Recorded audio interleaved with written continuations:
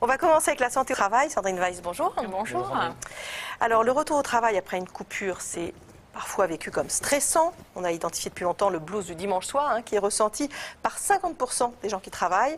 Et c'est vrai que plus la coupure est longue, et bien plus la reprise est stressante. Et en France, les congés d'été sont longs, beaucoup plus que chez nos voisins européens. Alors, qu'est-ce qui nous stresse exactement à la rentrée ? Plusieurs facteurs. D'abord, le fait de passer d'activités choisies, les loisirs, à des activités subies, le travail, le changement de rythme, il faut faire tout plus vite, se lever plus tôt, et puis aussi le changement de saison, c'est-à-dire que l'été approche. Et puis, il y a une dimension irrationnelle dans la rentrée, c'est qu'on a peur de ne pas être à la hauteur, de ne pas réussir à faire tout ce qu'on a à faire. Et tout ça, ça va se traduire par des problèmes de sommeil, d'irritabilité, de manque de motivation dans le travail. Si les Français sont plus stressés que les autres, est-ce que c'est aussi parce qu'il y a une dimension culturelle ? Il y a effectivement une dimension culturelle. Dans toutes les cultures, le changement et donc la reprise est un facteur de stress pour l'organisme. Mais en France, c'est particulièrement vrai parce que les Français voient avec appréhension et voient les côtés négatifs du changement. Alors que par exemple aux États-Unis ou au Canada, il y a un enthousiasme plus grand face au changement. On se dit que ça va être l'opportunité de nouvelles rencontres, de nouvelles découvertes. Et cet enthousiasme va supprimer une partie des effets négatifs du stress. C'est ce qu'explique le docteur Philippe Rodet, qui est médecin urgentiste et consultant en entreprise sur le stress. Il est l'auteur de plusieurs livres sur le sujet et on va voir son dernier livre s'afficher, se protéger du stress. Et puis évidemment, tout tombe toujours en même temps, donc à la rentrée des classes en général, des enfants au même moment. C'est vrai, ça charge la barque. La rentrée scolaire en septembre concerne en France 12 millions d'élèves cette année. Et effectivement, ça veut dire que beaucoup de parents sont sollicités pour, en vrac, couvrir des livres, remplir des questionnaires, participer à des réunions. Tout le monde va se reconnaître. Ça charge la barque. J'ai un appel à lancer d'ailleurs. Est-ce qu'on ne pourrait pas, une bonne fois pour toutes, informatiser les fiches de rentrée avec le nom, l'adresse? Oui, il ne faut pas les remplir 8 fois. C'est ça. D'accord. Ça dure longtemps, une école primaire, un collège. On voit que c'est du vécu. Alors ensuite, on vient quand même revenir à la chronique. Est-ce que ça concerne autant les hommes que les femmes? Alors, très honnêtement, les femmes sont un petit peu plus touchées par le stress de la rentrée. D'abord, et ça n'est pas un scoop, parce qu'elles sont plus impliquées encore aujourd'hui dans la gestion couvrir les livres des affaires familiales, exactement. Pas partout.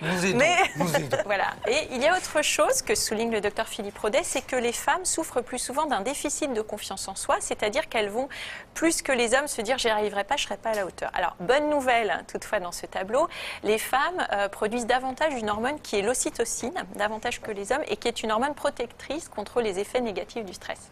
Alors un peu plus les femmes que les hommes, et est-ce que ça concerne toutes les catégories professionnelles ou pas ?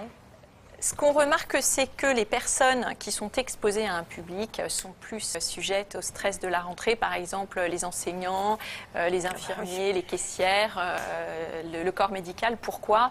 Eh bien parce que toutes ces personnes appréhendent, ont peur du comportement de leurs interlocuteurs. Alors quelques conseils, quelques trucs pour mieux appréhender ce stress et le confiner. Voilà, le circonscrire. Ne pas se mettre la pression, on n'est pas obligé de tout faire en septembre. On peut faire en juin, ce qu'on n'aura pas eu le temps de faire en septembre, c'est pas grave. Demain, ce que tu peux remettre. Il faut étaler dans le temps. En fait, l'idée, c'est de hiérarchiser les choses qui doivent être faites rapidement et celles qui peuvent attendre, et puis de tout planifier, parce que le fait de mettre dans des cases a un pouvoir déstressant. Et l'autre chose, pour revenir dans un schéma rationnel, c'est de mentionner le temps nécessaire pour chaque activité. Par exemple, quand on réalise que prendre un rendez-vous, ça va demander 10 minutes, remplir des questionnaires 15 minutes et gérer un projet annuel 5 jours de travail sur l'année, on revient dans quelque chose de rationnel et on n'est plus dans le « je ne vais pas m'en sortir, j'y arriverai pas ». Il ne faut pas oublier d'avoir les cases. Payer ses impôts, payer son loyer. C'est ça. Oui, c'est important. C'est avec important, les échéances. C'est ça. Et puis on n'oublie pas le plaisir. Ça n'empêche pas. Effectivement, les psychologues insistent là-dessus. Il est important en septembre de s'accorder des moments de plaisir pour éviter la fatigue et la démotivation dans le travail.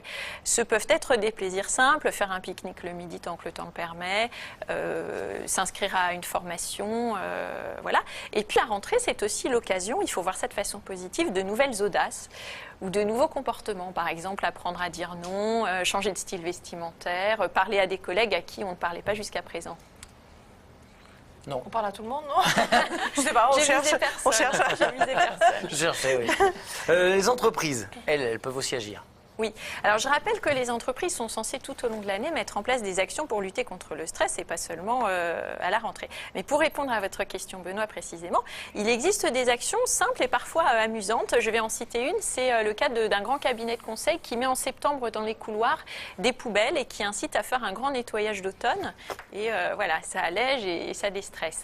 Et puis, je précise aussi que la rentrée va voir se développer le télétravail. Alors, qu'est-ce que c'est le télétravail?